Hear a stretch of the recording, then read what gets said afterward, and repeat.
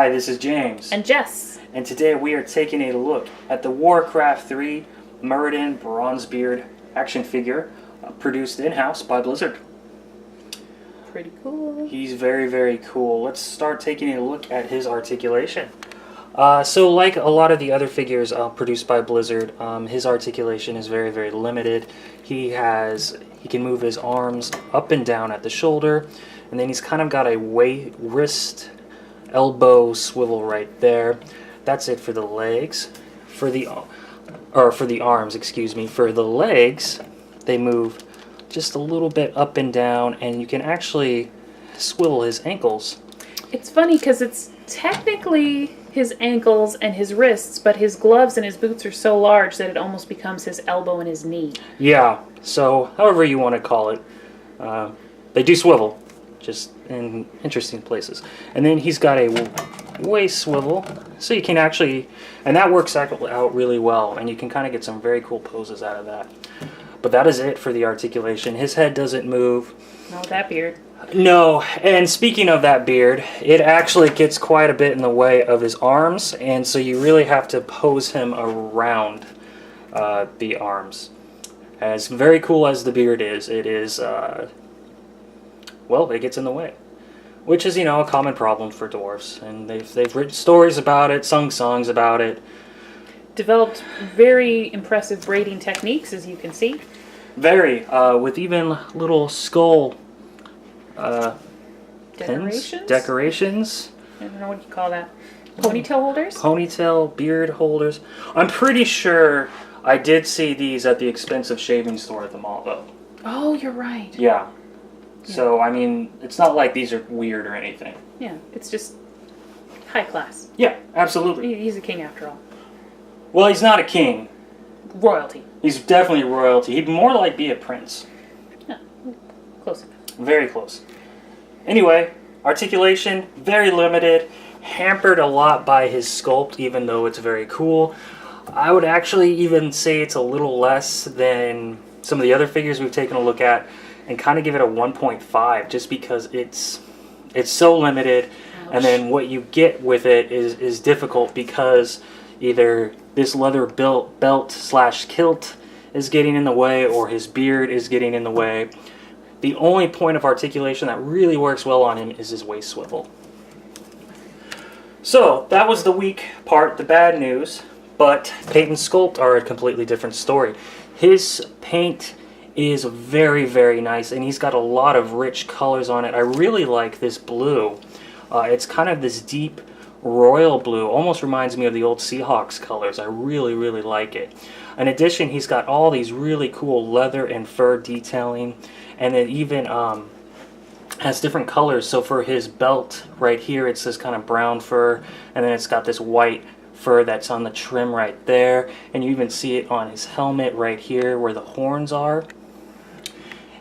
Very, very cool touches. He's got plate armor kind of mixed in with this almost leather scale armor he's got going on. He's got these very cool metal boots that you can tell were made for like climbing in snow and mountains, as they've got these spikes on them. Almost like cleats. Yeah, almost kind of like a metal snowshoe. Very cool. He's also got like a kind of a dirty ivory for his horns right here, for his skull beard holders right there, and for his skull backpack / shield right there. It does kind of look like a backpack, doesn't it? Well, it was his favorite backpack when he would go to school, and he just kind of kept it with him as he became an adult dwarf, and he'd put all his good loot in there and stuff. It's a pretty handy accessory. Yeah, line that thing with some metal and turn it into a shield. Why not? Why not? So, Payton Sculpt, very, very nice. Tons of little details, whether it's the paint, the fur, the scale, the spikes. He's got some battle damage. He's got some battle damage as well. On the shoulders especially. Yep, you can see it right here. He's got a wash on his hair. Unlike some of the other figures who had just straight colors, you can see a lot of it in the beard, giving it that braided detail. Really nice. Yeah, the one thing with his hair, though, in World of Warcraft, he's got much more of a deep red hair and beard. Oh, this is very blonde. Yeah, and this is more of a strawberry blonde. kind of thing. I mean, it's not that big a deal, and especially there's usually some changes. Especially this is an older figure, and his appearance in World of Warcraft wasn't until many years later, back in Wrath of the Lich King. So it's understandable, but it would be cool if he had more of the traditional kind of flaming, deep red beard that we associate with dwarves, or at least I do. But otherwise, Payton Sculpt, very, very nice. I'd give it a 4.5.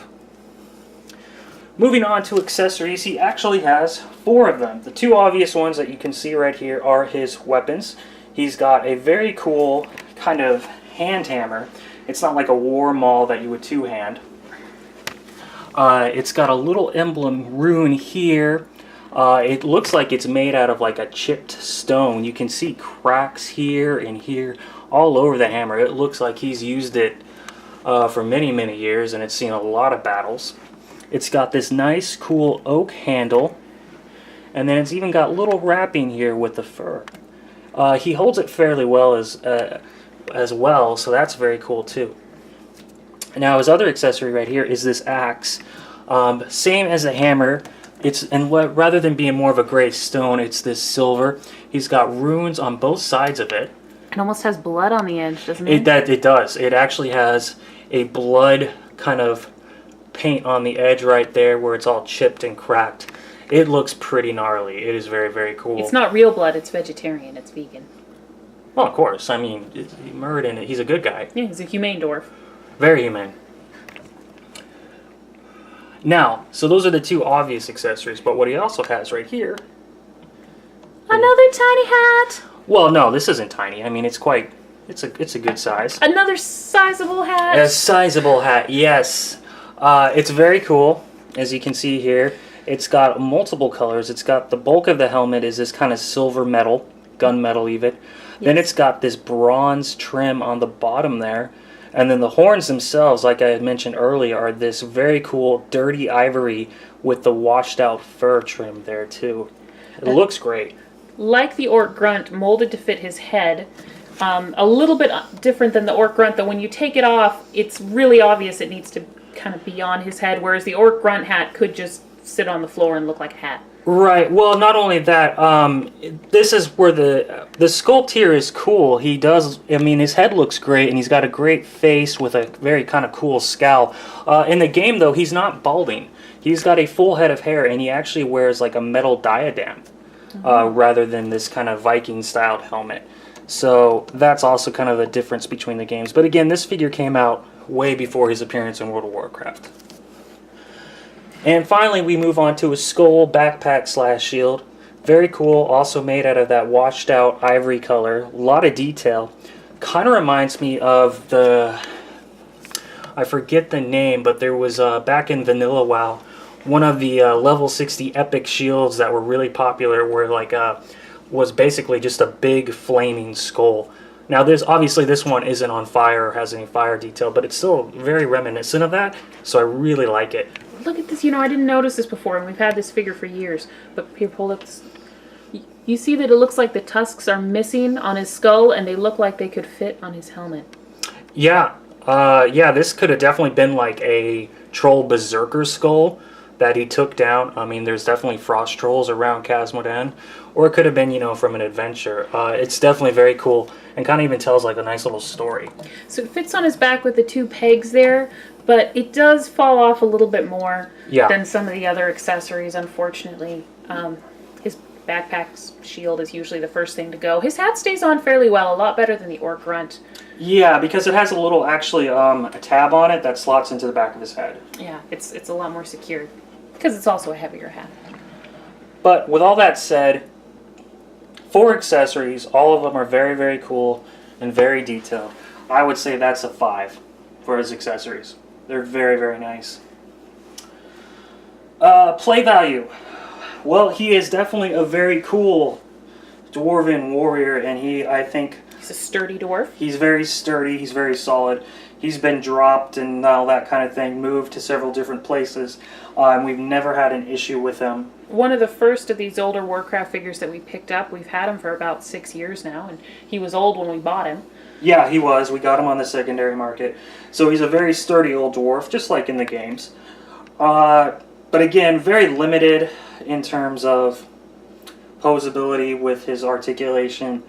I don't know. I mean, that might not be a big deal for a kid, or you know, if you want to get more poses out of him.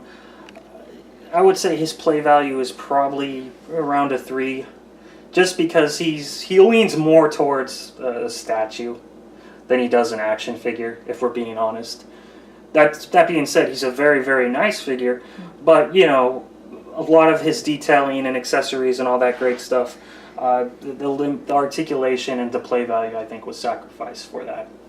Well, and I think when you're comparing him to the newer NECA Heroes of the Storm, who also are very much like statues with limited articulation, he's so much more sturdy. His limbs are very secure. They're not going to break. They're not going to snap off. So the play value is a little bit higher in that case, just because of the solid nature of this figure. Well, I really wouldn't necessarily give NECA toys a whole lot of, for the play value, a whole big score for them. Some of them do. A lot of them, though, are not so great. He, on the other hand, he is just so solid. This is like hard plastic, but it's not hollow or brittle or anything. Rigid. It is just, I mean, if you can hear that is very, very solid. Well, let's take a break and get an overall score for this guy. Be right back. And we're back with the overall score. All things considered, we are giving Muradin Bronzebeard. I like Bronzebeard, though. He does go by Muradin Bronzebeard in some circles. Is that his stage name when he does jazz? Yes, it is. And, it kills. I bet it does. Overall, all things considered, we are giving Muradin Bronzebeard a 4 out of 5. He's a great figure. He's really cool. Despite some of the inaccuracies towards the game, you know, the game is constantly evolving and changing, and we have new storylines and we have different expansions. So sometimes it's best to just capture one of these figures in time when they look really cool and say, this is our version. We like it. Absolutely. And, you know, I think he's a great token or a souvenir or a memento of Warcraft 3. You know, with NECA doing Heroes of the Storm, it's very possible we'll get a new figure of him based on his Heroes of the Storm appearance. But this one is just a classic. It's going to cost you a little more because you have to get them from the secondary market. You can't find these in stores anymore, obviously. But if you can afford it, he's definitely one to pick up if you're into getting these more classic Warcraft and World of Warcraft figures. Absolutely. We'll see you next time.